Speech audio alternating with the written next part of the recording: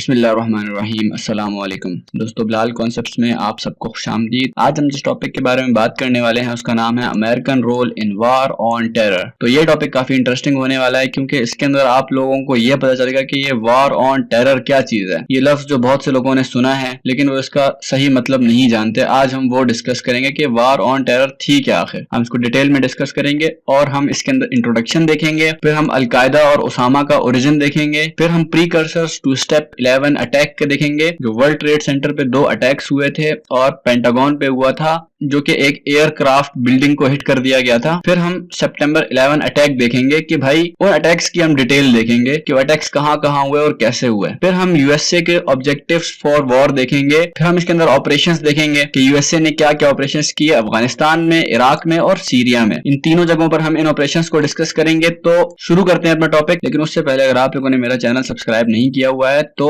सबसे पहले मेरा चैनल जल्दी से सब्सक्राइब कर लें ताकि मैं आप लोगों के लिए मजीद इंफॉर्मेटिव वीडियोस बना सकूं जो कि आप लोगों को सीएसएस के हवाले से काम देने वाली हैं। तो अब हम वॉर ऑन टेरर को देखते हैं, इसका इंट्रोडक्शन देखते हैं। ये एक इंटरनेशनल मिलिट्री कैंपेन थी जो कि स्टार्ट हुई 9 सितंबर 2001 को। 9 सितंबर को क्या हुआ था? 9 सितंबर को एक अटैक हुआ था वर्ल्ड ट्रेड सेंटर के ऊपर और पेंटागन के ऊपर।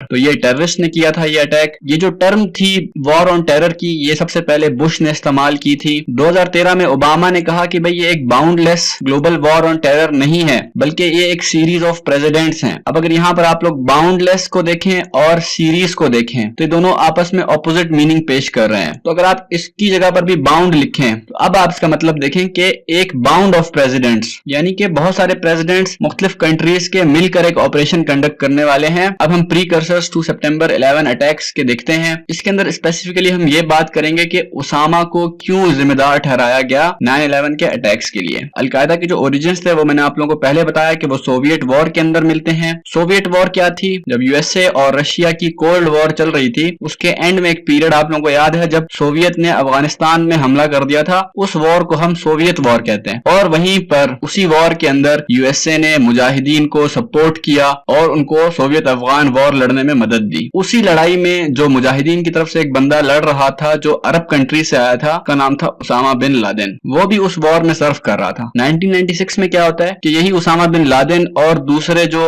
मुजाहिदीन थे वो मिलकर एक Islamic front of jihad against Jews and crusades ये बनाते हैं। उसको स्पॉन्सर कौन करता है? Bin Laden. बाद में यही ऑर्गेनाइजेशन जाकर अलकायदा बन जाती है। 1998 में उसामा एक फतवा देता है वेस्ट और इजराइल के खिलाफ, यानी कि यूएसए और इजराइल के खिलाफ एक फतवा देता है उसामा बिन लादेन कि भाई ये लोग काफिर हैं, मुर्तद हैं और इनके ऊपर जिहाद फर्ज है, लिहाजा वो इनके ऊपर जिहाद का फतवा देता है। 1998 में ये काम होता है। 1998 में अलकायदा एक मिसाइल फायर करती है यूएसए की जो एम्बेसीज हैं कीनिया में और तंजानिया में। उसके अंदर 12 अमेरिकन लोग मर जाते हैं, जो एम्बेसडर्स होते हैं अमेरिका के, वो मर जाते हैं। टोटल 224 लोग मरते हैं। बिल क्लिंटन जो थे उन्होंने एक ऑपरेशन लॉन्च किया, ऑपरेशन इन्फिनिट रीच, और उन्होंने सूडान में जो अफगानिस्तान के लोग थे कुछ जिनके कैंप्स वगैरह थे उनको, और अफगानिस्तान में भी उन्होंने अटैक करके ऐसे जितने भी कैंप्स वगैरह थे उनके ऊपर बॉम्बिंग की उन्होंने। लेकिन ये तमाम मामला 9/11 से पहले हुए थे। अब ये तमाम चीजें जो हुई उसामा बिन लादेन ने इतनी हरकतें पहले की, तो अब जब 9/11 अटैक होता है जिसके अंदर 19 लोग जो होते हैं जो अलकायदा के हैम्सबर्ग सेल के मेंबर होते हैं, ये 19 लोग मिलके 4 प्लेन्स को हाईजैक कर लेते हैं जिनके अंदर पैसेंजर्स होते हैं बहुत सारे। और फिर आप लोगों को पता ही है कि वो जो जहाज उन्होंने हाईजैक किया था उसको उन्होंने ले जाकर 2 जहाज वर्ल्ड ट्रेड सेंटर पे मारे। इसमें 147 सिविलियंस मर गए और जब बिल्डिंग गिरी है तो उसके बाद जो टोटल नंबर हो गए मरने वालों के वो हो गए 2192। तीसरी जो एयरलाइन थी वो उन्होंने पेंटागन के ऊपर हिट की। चौथी जो थी वो शैंक्सविल पेंसिल्वेनिया में क्रैश हो गई जाकर। टोटल जो लोग मरे उनकी तादाद है 2977। अब क्या होता है कि यूएसए जो है ना वो वॉर लॉन्च करता है अफगानियों के खिलाफ, क्योंकि जो प्रीकर्सर्स होते हैं वो तमाम इंडिकेट कर रहे होते हैं कि भाई ये उसामा बिन लादेन ने ही अटैक किया है, क्योंकि उसने इतनी धमकियां भी दी, फतवा भी दिया। लेकिन आप लोगों को एक बात बता दूं मैं कि आज दिन तक ये साबित नहीं हो सका कि वो अटैक उसामा बिन लादेन ने किया था। बहरहाल इन्होंने अपना बदला लेकर कुछ ऑब्जेक्टिव्स बनाए और वॉर की तैयारी की। उस वॉर के ऑब्जेक्टिव्स क्या थे कि जितनी भी उसामा बिन लादेन की और अबू मुसअब अल जरकवी की टेरिटरीज हैं, इनको डिफीट करना है, आइडेंटिफाई करना है, इनको लोकेट करना है और इनको खत्म कर देना है। साथ ही साथ उनकी ऑर्गेनाइजेशंस को भी खत्म कर देना है। जो लोग भी टेररिज्म को फंड कर रहे हैं, उसको स्पॉन्सर कर रहे हैं और उनको सपोर्ट कर रहे हैं और साथ ही साथ उनको सेंचुरी दे रहे हैं। सेंचुरी का मतलब होता है कि पनाह देते हो आप किसी को अपने पास। तो ऐसे जितने भी लोग हैं जो स्पॉन्सर कर रहे हैं, सपोर्ट कर रहे हैं या पनाह दे रहे हैं टेररिस्ट को, उनको मना करना बाय हुक और बाय क्रुक। जितनी भी स्पॉन्सरशिप्स हो रही हैं टेररिस्ट के लिए, उन तमाम को खत्म करना है। इंटरनेशनल अकाउंटेबिलिटी बनानी है। इसके अंदर FATF बनाया गया 1989 के अंदर। ये पहले ही बना दिया गया था लेकिन बाद में इसके अंदर अमेंडमेंट करके टेररिज्म फाइनेंसिंग की जो शिक है वो उसमें डाली गई और बताया गया कि अब से हम इन लोगों के ऊपर भी नजर रखेंगे जो टेररिस्ट को फाइनेंस कर रहे हैं। आप लोगों को पता है FATF का एक अलग टॉपिक है, उसके अंदर हम देखेंगे कि भाई ग्रे लिस्ट क्या होती है, ब्लैक लिस्ट क्या होती है, व्हाइट लिस्ट क्या होती है। तो जो भी स्टेट टेररिस्ट को फंड कर रही होगी या उनको स्पॉन्सर कर रही होगी, उनको ब्लैक लिस्ट में डाल दिया जाएगा। ब्लैक लिस्ट में डालने के क्या नुकसान होते हैं ये भी हम FATF वाले लेक्चर में पढ़ेंगे, लेकिन उसके जो कुछ नुकसान होते हैं वो यही होते हैं कि आपको फिर इंटरनेशनल मॉनेटरी सपोर्ट नहीं मिलता। आपको जो इंटरनेशनल मॉनेटरी फंड का इदारा है IMF, वो आपको फिर कर्जा नहीं देगा और भी बहुत सारी पाबंदियां लगेंगी आपके ऊपर। बहरहाल वीक स्टेट्स जितनी भी है उनको बेदार करना, होशियार करना, ये भी इनका एक ऑब्जेक्टिव था। जो स्टेट्स इनसे नाराज हैं उनको मनाना, ये भी इनका एक ऑब्जेक्टिव था। जैसे कि पाकिस्तान इनसे नाराज था, उसको भी इन्होंने मनाना था, को मनाया भी फिर इन्होंने। बहरहाल जितनी भी सेंचुरीज मिल रही हैं, पनाहगाहें मिल रही हैं टेररिस्ट को, उनको खत्म करना। फिर अगला ऑब्जेक्टिव इसके अंदर यह था इनका कि जितनी भी अंडरलाइन कंडीशंस हैं जो कि टेररिस्ट को अलाउ कर रही हैं अपना रोल प्ले करने के लिए, उन कंडीशंस को खत्म करना। अपनी आइडियोलॉजी की वॉर को जीतना, यानी कि अपनी नेशन को प्रोटेक्ट करना। पार्टनरशिप विद इंटरनेशनल कम्युनिटी, यानी कि UNO जो है उसकी भी मदद लेना। UNO के अंदर भी इन्होंने एक रेजोल्यूशन फिर पास कर दी थी। उसी रेजोल्यूशन के अंडर फिर कलेक्टिव यूज ऑफ फोर्स हुआ था अफगानिस्तान में। कलेक्टिव यूज ऑफ फोर्स भी हम इंटरनेशनल लॉ के लेक्चर में पढ़ेंगे। फिर अगला ऑब्जेक्टिव का यही था कि जितने भी USA के सिटीजन्स हैं, चाहे वो होम कंट्री में हैं या अब्रॉड में हैं, उनको प्रोटेक्ट करना, उनको डिफेंड करना। डोमेस्टिक अवेयरनेस कैंपेन्स चलाना ताकि अपने सिटीजन्स को आप ये अवेयर करवा सको कि टेररिस्ट क्या चीज है, टेररिस्ट के बारे में उनको अवेयरनेस दिलवाना। फिर कुछ मेजर्स जो हैं उनको इंप्लीमेंट करना। इंसिडेंट मैनेजमेंट का जो फंड है उसको रेज करना। अब हम बात करते हैं कि USA ने ऑपरेशन कौन कौन से किए थे अफगानिस्तान के अंदर। सबसे पहला जो ऑपरेशन USA ने किया था वो ऑपरेशन इंड्योरिंग फ्रीडम किया था। इसके अंदर तालिबान गवर्नमेंट को पहले तो अल्टीमेटम दिया कि भाई फौरन उसामा बिन लादेन को हमारे हवाले कर दो वरना हम तुम पे हमला कर देंगे। लेकिन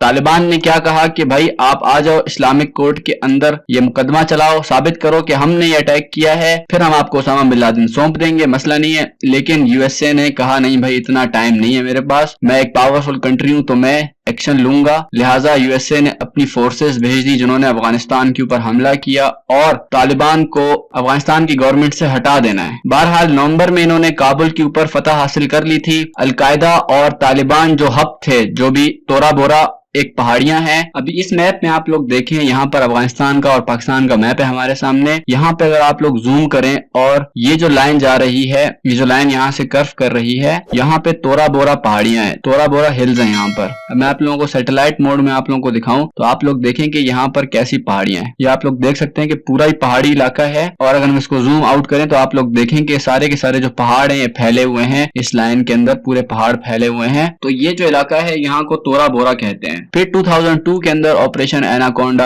होता है जिसके अंदर USA और NATO फोर्सेस जितनी भी हैं, इनके NATO के अंदर जितने भी कंट्रीज हैं, सब मिलकर शाहकोट वैली के ऊपर हमला कर देते हैं। इनका एम यहाँ पर यही होता है कि हम तालिबान को, अलकायदा जितनी भी फोर्सेस हैं उनको शाहकोट वैली से और आर्मा माउंटेन्स ऑफ अफगानिस्तान से निकाल देंगे। अभी इस मैप में आप लोग ये वैली देख रहे हैं, शाहकोट वैली। यहाँ पर आप लोग देखें कि ये भी सारा पहाड़ी इलाका है और ये किस जगह पर है, पाकिस्तान के और अफगानिस्तान के बीच जो बॉर्डर है उसमें ये किस जगह पर आता है। तो ये जो व्हाइट लाइन आप लोग देख रहे हैं ये पाकिस्तान का बॉर्डर है यहाँ पर, और ये आपका रहा पेशावर, यानी कि पेशावर के बिल्कुल सामने सामने शाहकोट वैली है और ये सारा पहाड़ी इलाका है। यहाँ पर आप लोग देख सकते हैं कि पहाड़ी इलाके का क्या फायदा हो रहा था अफगानियों को, ये अभी हम देखते हैं आगे चल के। तो ये लोग शाहकोट वैली में और आर्मा माउंटेन्स के ऊपर हमला कर देते हैं। लेकिन आप लोगों ने मैप में देखा कि पाकिस्तान का और अफगानिस्तान का जो बॉर्डर है वो बिल्कुल साथ है, इसीलिए तालिबान जो है वो वेस्टर्न पाकिस्तान के अंदर आ जाते हैं और वहां पर आकर रीग्रुप होना शुरू हो जाते हैं। ये आप लोग इलाका देख रहे हैं अफगानिस्तान और पाकिस्तान के बीच में, ये जो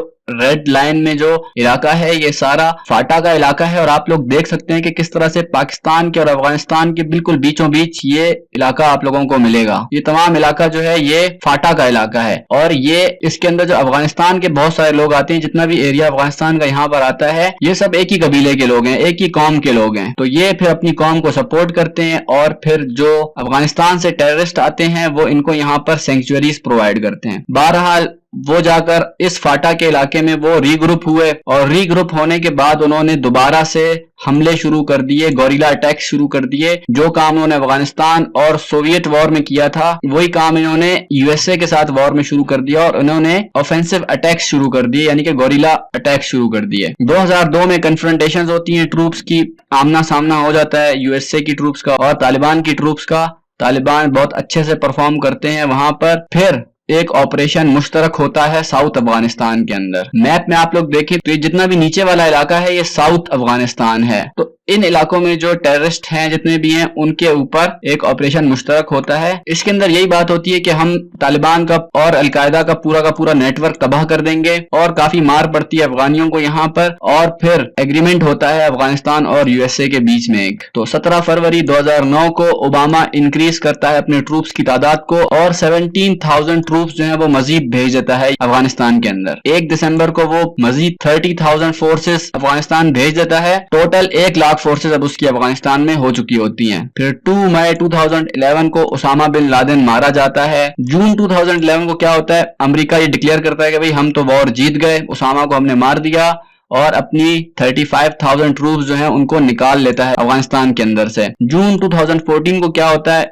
कि जो फाइटर्स होते हैं अफगानिस्तान के वो दोबारा से शिद्दत इख्तियार करते हैं, दोबारा से जोश पकड़ते हैं। फिर 2014 में दोबारा अटैक्स करता है यूएसए, और एक सिक्योरिटी एग्रीमेंट होता है सितंबर 2014 को। इसमें यूएसए को अलाउ कर दिया जाता है कि आप कम से कम 2024 तक आप अफगानिस्तान के अंदर रह सकते हैं और यहाँ पर सिचुएशंस को हैंडल कर सकते हैं। तो अफगानिस्तान की गवर्नमेंट जो होती है वो तो मान जाती है, लेकिन तालिबान नहीं मानते। तालिबान कहते हैं नहीं भाई अमेरिका यहाँ से निकलो आप, और वो अपने गोरिल्ला अटैक्स कंटिन्यू रखते हैं। और तालिबान एक स्लोगन भी रेस करते हैं कि हमने यूएसए और नेटो को हरा दिया है। इससे अमेरिका को और गुस्सा आ रहा था, और वो फिलहाल अफगानिस्तान से निकलना नहीं चाहता था। फिर एक ऑपरेशन फ्रीडम सेंटिनल होता है। अच्छा, इस ऑपरेशन में क्या चाहते थे ये लोग कि जितनी भी वेस्टर्न फोर्सेज हैं अफगानिस्तान के अंदर, उनकी जो 3,52,000 ट्रूप्स थी उनको डिफीट करना है। अब ये जो अफगान आर्मी है इसके अंदर बहुत सारे लोग ऐसे भी थे जो कि आम सिटीजन्स थे, लेकिन वो फिर भी यूएसए को अपने मुल्क के ऊपर कंट्रोल नहीं देना चाहते थे। लिहाजा उन्होंने तालिबान को ज्वाइन किया, वहां पे ट्रेनिंग्स की उन्होंने। तो जो ये अफगानिस्तान के अंदर यूनिटी थी एक, इस यूनिटी को कंट्रोल किया हुआ था हामिद करजई ने। लेकिन हामिद करजई के जो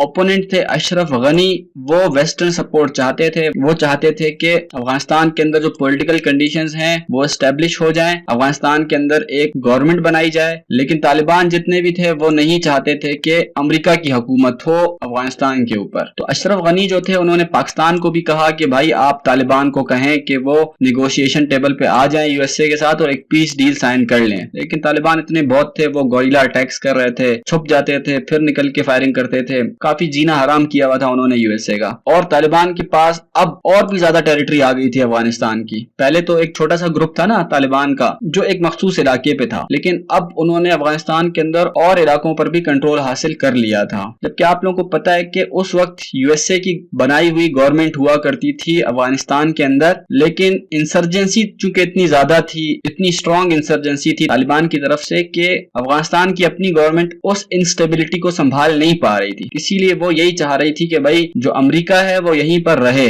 लेकिन अब भी तालिबान के पास इतनी ज्यादा टेरिटरी थी जितनी पहले कभी भी उनके पास नहीं थी। अब हम देखते हैं कि तालिबान क्यों दोबारा स्ट्रॉन्ग पे स्ट्रॉन्ग होते जा रहे थे, क्या वजह थी उनकी। असल में हुआ ये था कि 2014 में ही यूएसए और नेटो जो है उनका जो मिशन था वो खत्म हो गया था, और नेटो की जितनी भी फोर्सेस थी जिनमें यूके, फ्रांस वगैरह था, वो 2014 में निकल गया। उन्होंने अपनी ट्रूप्स को बुला लिया वापस, लेकिन सिर्फ यूएसए वहां पर अकेला रह गया था अफगान मुजाहिदीन से मुकाबला करने के लिए। तो यूएसए को मुश्किलात पेश आ रही थी। दूसरी वजह यह थी कि बहुत सारे उज़्बक्स यानी कि उज़्बेकिस्तान से, अरब कंट्रीज से बहुत सारे लोग आए, पाकिस्तान से बहुत सारे लोग आए, यहाँ तक कि चाइना से भी बहुत सारे लोग आए और उन्होंने अफगान मुजाहिदीन को सपोर्ट किया और इन्होंने मिलकर एक वजीरिस्तान ट्राइबल एजेंसी फोर्स बना ली। और ये एजेंसी इन्होंने पाकिस्तान के अंदर बनाई और पाकिस्तान से इन्होंने फिर यही प्लान बनाया कि हम अफगानिस्तान का बॉर्डर क्रॉस करके अफगानिस्तान में जाएंगे और यूएसए को वहां पर डंडा करेंगे। अब ये मुजाहिदीन पाकिस्तान से क्यों निकल रहे थे? क्योंकि पाकिस्तान में ही इनके खिलाफ ऑपरेशन ज़र्ब अज़ब शुरू हो गया था। पाकिस्तान में इनको आर्मी ने काफी मारा था और वहां से ये लोगों ने फिर प्लान बनाया कि अब हम अपने मुल्क वापस जाकर वहीं पर लड़ाई करेंगे और अमेरिका को वहां से निकालेंगे। बहरहाल फिर अमेरिका वहीं पर रहा काफी टाइम तक और अभी कुछ टाइम पहले ही यूएसए ने वहां से अपने ट्रूप्स निकाले हैं। बहुत ही बेजार हो गया था वो, तालिबान उसके बिल्कुल भी हाथ नहीं आ रहे थे, निगोशिएशंस भी नहीं हो पा रही थी। यूएसए की जो शराइत थी वो अफगानिस्तान मान रहा नहीं था। अफगानिस्तान की यही शर्त थी कि भाई अमेरिका यहाँ से निकले, तो अमेरिका को बहरहाल वहां से निकलना पड़ा। ये एक करंट अफेयर्स का भी टॉपिक है, इसके ऊपर फिर कभी बात करेंगे जिसमें हम अफगान पीस प्रोसेस को देखेंगे। अभी हम अफगान सिक्योरिटी फोर्सेस के बारे में बात करते हैं कि वो जितनी भी, आप लोगों को पता है कि अफगानिस्तान की अपनी आर्मी थी जो कि गवर्नमेंट के साथ थी, तालिबान के साथ नहीं बल्कि गवर्नमेंट के साथ थी। वो एक दबाव में थी क्योंकि वो यूएसए के दबाव में आकर अपने ही लोगों से लड़ाई कर रहे थे वो लोग, और जो उनके ट्रेडिशनल एडिफाइसेस थे यानी कि जो उनके नजरियात थे, अपनी एक उनकी कल्चरल इंटीग्रिटी थी, उसको वो लोग तोड़ना नहीं चाहते थे। इसीलिए भी अफगान सिक्योरिटी फोर्सेस जो थे वो अपने ही बंदों को नहीं मारना चाहते थे और वो ठीक से नहीं लड़ पा रहे थे अपने ही मुल्क वालों के खिलाफ। फिर ऑपरेशन इराक के अंदर होता है। इराक के अंदर भी टेररिस्ट के खिलाफ कोई एक्शन होता है, उसको भी देख लेते हैं। 1990 से ही इराक को स्टेट स्पॉन्सर ऑफ टेररिस्ट की लिस्ट में डाल दिया गया था और ये कहा गया था कि इराक जो है वो टेररिस्ट को फंडिंग करता है, टेररिस्ट को सेफ हेवंस प्रोवाइड करता है। कुवैत के ऊपर भी सद्दाम हुसैन ने इन्वेजन की, अपना दबदबा वहां पर भी दिखाने की कोशिश की। साथ ही साथ सद्दाम हुसैन ने केमिकल वेपन्स भी बना लिए थे जो कि उसने 1991 की गल्फ वॉर में भी यूज किए। और अगर आप लोग ये देखें, ये पर्शियन गल्फ है और इसके ऊपर ही ईरान है बिल्कुल, तो यहाँ पर एक नो फ्लाई जोन बनाया हुआ था अमेरिका ने कि यहाँ पर कोई भी नहीं आ सकता। तो यहाँ पर निगरानी करने के लिए अमेरिका ने अपने ट्रूप्स, अपने जो नेवल शिप्स थे वो यहाँ पर छोड़ रखे थे ताकि वो यहाँ पर निगरानी करते रहें कि कोई भी यहां पर ना आ सके। लेकिन सद्दाम हुसैन ने क्या किया कि जो उसकी नेवल शिप्स थी उनके ऊपर भी अटैक किया। फिर यूएसए ने इराक के अंदर जो ऑपरेशंस किए उसमें सबसे पहला ऑपरेशन था ऑपरेशन डेजर्ट फॉक्स। 4 दिन की बमबारी की अमेरिका ने इराक के ऊपर, जो कि 16 to 19 दिसंबर चली है 1998 में, और इसके अंदर यूएसए और यूके दोनों शामिल थे। इनका इरादा था कि जितने भी मिलिट्री और सिक्योरिटी टारगेट्स हैं इराक के अंदर और वहां पर वो केमिकल वेपन्स बना रहे हैं, वेपन्स ऑफ मास डिस्ट्रक्शन बना रहे हैं, वहां पर उन्होंने यूरानियम वगैरह स्टोर किया हुआ है, उन तमाम इलाकों को डिस्ट्रॉय किया जाए। इस ऑपरेशन का अगला मकसद यही था कि सद्दाम हुसैन की रिजाइम भी खत्म की जाए, यानी कि सद्दाम हुसैन की जो हुकूमत है इराक पर उसको खत्म किया जाए और इराक को मदद की जाए कि वो अपनी एक सेल्फ गवर्नमेंट बनाए, क्योंकि आप लोगों को पता है सद्दाम हुसैन एक डिक्टेटर था और यूएसए यहाँ पर भी डेमोक्रेसी लाना चाहती थी। बाय द वे, जो ऑपरेशन डेजर्ट फॉक्स था ये आज दिन तक भी लोग कहते हैं कि बिल्कुल ये इलेजिटिमेट एक्शन था क्योंकि अमेरिका के पास कोई प्रूफ नहीं था। और इसी से रिलेटेड आपके एग्जाम में भी एक सवाल आ चुका है आईआर के पेपर में, जिसमें उसने पूछा था एग्जामिनर ने कि जो यूएसए ने इराक के ऊपर अटैक किया क्या वो लेजिटिमेट एक्शन था या इलेजिटिमेट एक्शन था। तो ये याद रखें कि ये एक इलेजिटिमेट एक्शन था, इसका कोई प्रूफ नहीं था यूएसए के पास। इसकी क्या रीजन है वो फिर आईआर के टॉपिक में डिस्कस करेंगे।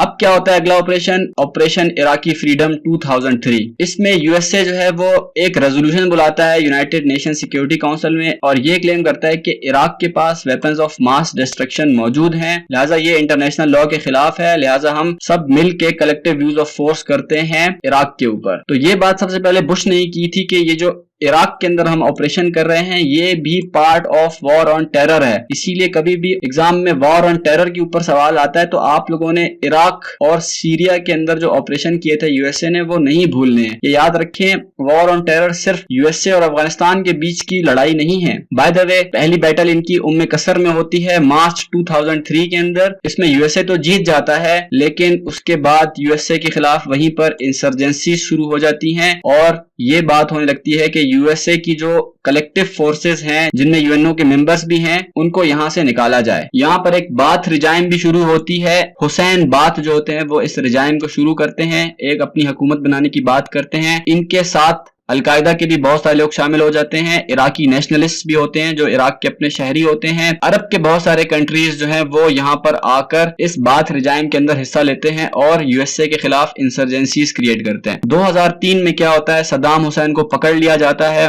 और उसको फांसी पे लटका दिया जाता है। 2004 में क्या होता है, जो इंसर्जेंट्स थे जितने भी, उनका नजफ में और फलूजा जो इराक के दो बड़े मशहूर शहर हैं उनके ऊपर कब्जा कर लेते हैं ये इंसर्जेंट्स मिलकर, जो बाथ रिजाइम थी। 2007 में क्या होता है, जो डेविड पेट्रियस होते हैं वो समझ जाते हैं कि भाई अब मामला खराब हो गया है, हम अफगानिस्तान में भी फंस गए हैं, इराक में भी फंस गए हैं, लिहाजा एक नई चाल वो चलते हैं। और चूंकि आप लोगों को पता है इराक के अंदर शिया बहुत सारे हैं, तो जो सुन्नी ग्रुप होते हैं उनको वो शियों के खिलाफ भड़काना शुरू कर देते हैं और वहां पर शिया सुन्नी लड़ाई होती है। और इन्हीं सुन्नियों को सपोर्ट करने वाला जो मुल्क होता है वो यूएसए होता है। ये एक प्रॉक्सी की चाल चलता है यूएसए, ताकि डायरेक्ट इंटरवेंशन ना करनी पड़े, अपने ट्रूप्स ना मरे हमारे। बहरहाल ये ऑपरेशन काफी कामयाब होता है, इसकी वजह से 80% वायलेंस दब जाती है। अगला जो ऑपरेशन किया यूएसए ने इराक में वो है ऑपरेशन न्यू डॉन, जो कि 2010 और 11 तक चला था। इसमें क्या होता है कि जो ऑपरेशन इराकी फ्रीडम होता है जो कि पहले से चल रहा होता है इराक के अंदर, उसको रिप्लेस कर दिया जाता है, उसका नाम चेंज करके ऑपरेशन न्यू डॉन रख दिया जाता है। ओबामा 2010 में अनाउंस करते हैं कि हम अपनी जो फोर्सेस हैं उनको विड्रॉ करने लगे हैं अफगानिस्तान से भी और इराक से भी, क्योंकि हमने वॉर जीत लिया है। जो रिमेनिंग 50,000 ट्रूप्स होंगे यूएसए के वो इराक में रहेंगे और इराक के अंदर स्टेबिलिटी बरकरार रखने की कोशिश करेंगे और उनके जो मेजर्स होंगे वो एडवाइजिंग होगा, असिस्टिंग होगा, training of Iraqi security forces होगा। तो यहाँ पर यूएसए के जो कॉम्बैट ऑपरेशंस होते हैं वो इराक के अंदर खत्म हो जाते हैं। यूएसए की जो ट्रूप्स थी वो वहां से फाइनली 18 दिसंबर 2011 में वहां से निकल जाती हैं, क्योंकि वो ये समझते हैं कि अब इराक की जो कंडीशंस हैं वो स्टेबल हो चुकी हैं। अब ऑपरेशन इन सीरिया देखते हैं कि शाम में यानी कि सीरिया में क्या ऑपरेशन किया था यूएसए ने, ऑपरेशन इनहेरेंट रिजॉल्व। यहाँ पर हुआ ये था कि जो अलकायदा के मेंबर्स आए थे बाथ रिजाइम को ज्वाइन करने के लिए, उन्होंने एक नया ग्रुप बना लिया जिसको हम आईएसआई कहते हैं। उस टाइम इसका नाम सिर्फ आईएसआई था, यानी कि इस्लामिक स्टेट ऑफ इराक। तो जैसा कि सीरिया के अंदर एक सिविल वॉर चल रही होती है, वहां पर जो बशार उल असद होता है, वहां के मकामी लोग चाहते हैं कि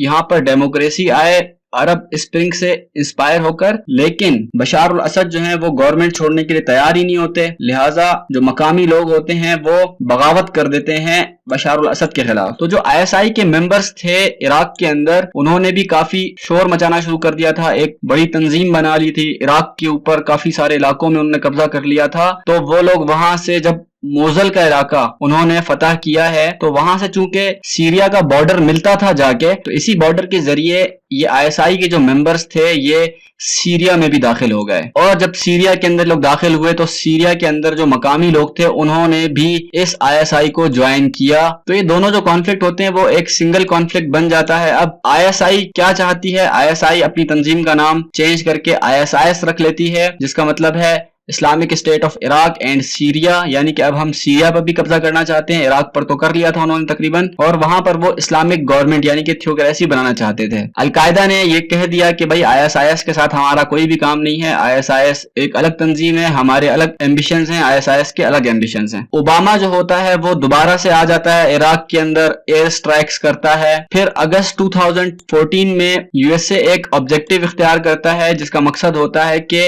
आईएसआईएस की पूरी तंजीम को तबाह बर्बाद कर दिया जाए। और इसके लिए जो कुर्द होते हैं, ये इराक है, यहाँ पर जो इलाका था ये कुर्द्स का था, यहाँ पर कुर्द्स पॉपुलेशन थी, उन्हीं कुर्द्स को यूएसए ने ट्रेनिंग दी, एड वगैरह दिया और आईएसआईएस के खिलाफ खड़ा कर दिया। इस तरह से उन्होंने आईएसआईएस को काउंटर किया और काफी हद तक उन्होंने आईएसआईएस को रिपेल भी कर दिया। कंक्लूजन देखते हैं इस लेक्चर की। यूएसए ने मोरालिटी का बिल्कुल भी ख्याल नहीं किया, अपनी एफिशिएंसी झाड़ी और अपनी इकोनॉमी को शो ऑफ करवाया। इसने और गवर्नमेंट्स के साथ मिलकर काफी एक्सप्लॉयटेशंस भी की और अपनी एक लॉन्ग लास्टिंग पॉलिसी बनाई, मिलिट्री ऑब्जेक्टिव्स अपने दिए इन्होंने सिविल लिबर्टीज को भी रिड्यूस कर दिया। वहां पे एक आम आदमी जो कि एक शरीफ बंदा था, उसकी भी अमेरिकन फोर्सेस जो थी वो उसकी तलाशी लेते थे। तो एक तरह से वो अपने आप को गुलाम महसूस करता था। ह्यूमन राइट्स का काफी इशू बनाया यूएसए ने, बिल्कुल भी ख्याल नहीं किया। काफी लोगों को बिल्कुल बेदर्दी से उसने मारा, बहुत तबाहियां मचाई यूएसए ने, बिल्कुल भी उसको रहम नहीं आया। फ्रांसिस फुकुयामा ने कहा था कि टेररिज्म एक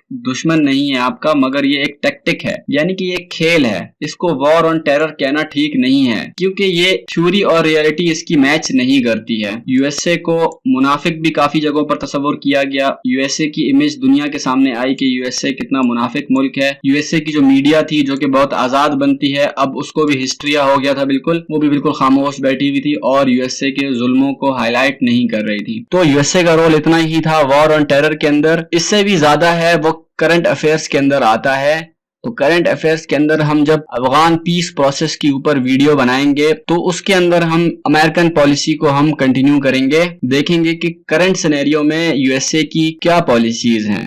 तो आज का लेक्चर हमारा यहीं पे खत्म होता है। उम्मीद करता हूं दोस्तों आप लोगों को ये लेक्चर पसंद आया होगा। अगर आप लोगों को लेक्चर पसंद आया है और कुछ सीखने को मिला है आप लोगों को, तो इस वीडियो को ज्यादा से ज्यादा लाइक करें, अपने दोस्तों के साथ भी शेयर करें, साथ ही साथ इस चैनल को सब्सक्राइब करना ना भूलें और बेल आइकन पे भी क्लिक कर दें ताकि आने वाली वीडियोस आपको टाइम पे मिल सकें। मैं मिलता हूं आपसे अगली वीडियो में, तब तक के लिए अपना ख्याल रखिएगा। अल्लाह निगहबान।